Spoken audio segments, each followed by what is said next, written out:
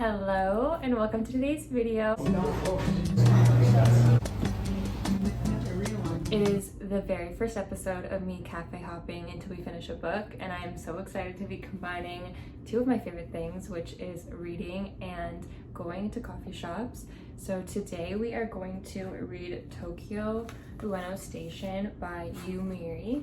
We're going to read it start to finish, and we're going to be out hopping, getting drinks, getting food until this is finished. I am so excited and I can't wait to make more of these and read more books like this. I don't think I've ever read a book start to finish out at cafes. I've read like a good decent chunk. I love doing it, but I've never binged the full thing. And I thought it would also be fun to next time go and buy a book and then go straight to the cafe and then keep reading until it's finished.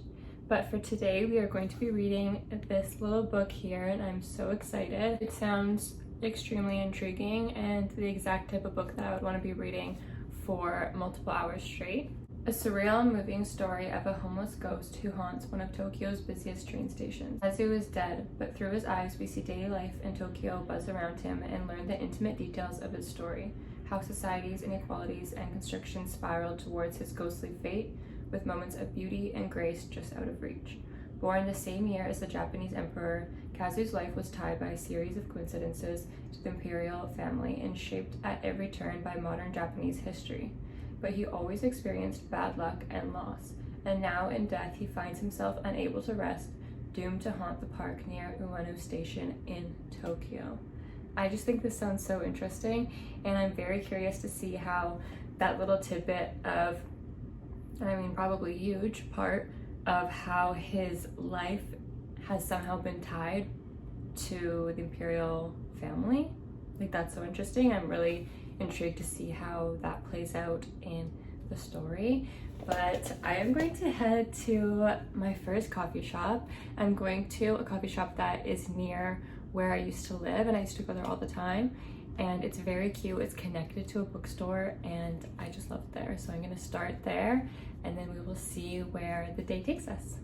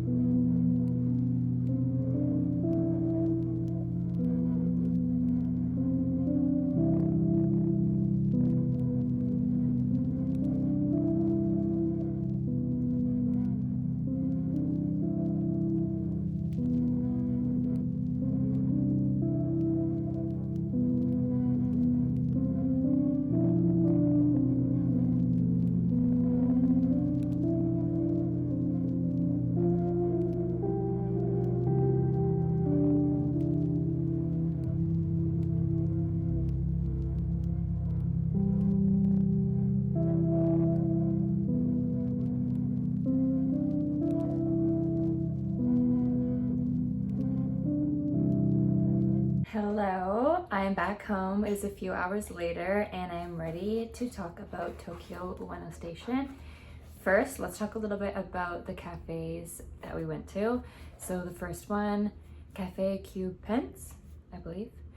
It was very cute. I've been there a lot before and I have read there before. It's a very small cafe and there wasn't very many people there, but there were these two ladies having long conversations, which I love. I think that's awesome. But because the space is so small and because there's not a ton of people talking, everything they were saying was so clear, so I was having such a hard time focusing, and it was my own fault because I didn't bring any headphones, so next time I will bring headphones just in case.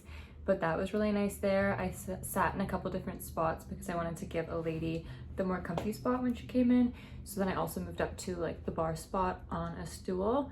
And then I read about 80 pages there. I was ready to go. I needed to move on to the next place. So then I ended up going to Happy Goat, which was just across the street. That was the complete opposite in terms of how busy it was. It is like a huge cafe and there were so many people there. It honestly felt a little bit like I was reading at Chuck E. Cheese. because there were some kids screaming and things like that.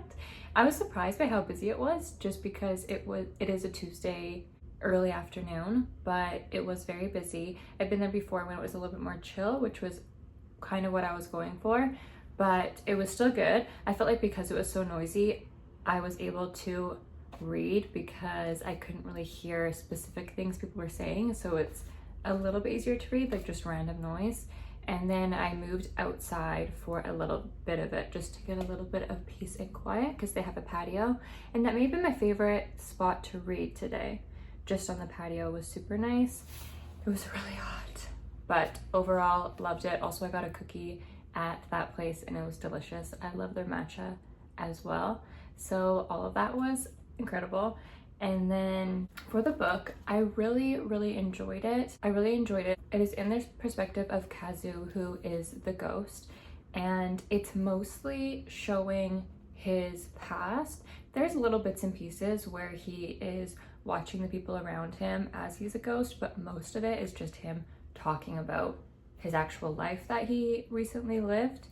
And I thought that was really interesting, and I liked learning about his life. A lot of it is sad. He went through many hardships, and a lot of it is centered around poverty and the life that they were living, struggling with money throughout all the years. And I really found it interesting when they brought in imperial family, because the coincidence of him living life in the same years as they are, having some very similar experiences, but their lives were so extremely different because of their place in the world and the amount of money they had and all of those things. So I found that really interesting, and they just kept bringing up the stages that the imperial family was in while he was also going through similar things, and them just kind of going side by side, but their lives are so obviously different. I think I would have liked it more if there was more reflection. A lot of it was showing him thinking of his past, but then he has no reflective notes about it. Like him as a ghost, I think it could have been really powerful for him to have some thoughts about it, even just a couple. And then also him as a ghost, I wanted to see more present of him witnessing the people around him and making some more observations. Sometimes in the beginning especially, he would witness some things, but then there wasn't like enough from him and enough reflection from him that I was really craving in this book. And then one more thing is, a lot of the story, because it's told in his past life, some of it is told in random stories that he was a part of, or random things that people told him about, or just all these different experiences. And some of them I thought were really powerful and were really interesting, and then others I found myself just kind of lost, like not really understanding why it was added to the story or not thinking it was necessary. Just some things kind of threw me out of it, but overall I really enjoyed the book. I'm thinking about a 3.75. Really enjoyed it, but there are some things that I think if they were different I would enjoy it more. But overall, really great book, and it was so fun just reading it in one sitting. I think there's something about reading a book front to back in one sitting or in the same day that is really special, because you really get immersed in the story and the feelings kind of keep building and the connection to the characters kind of keep building instead of pausing it and then trying to get it back again. So that was really fun, and I cannot wait to film another one of these videos. So thank you so much for watching and coming with me to the coffee shops and reading with me, and I hope I will see you in my next video. Bye!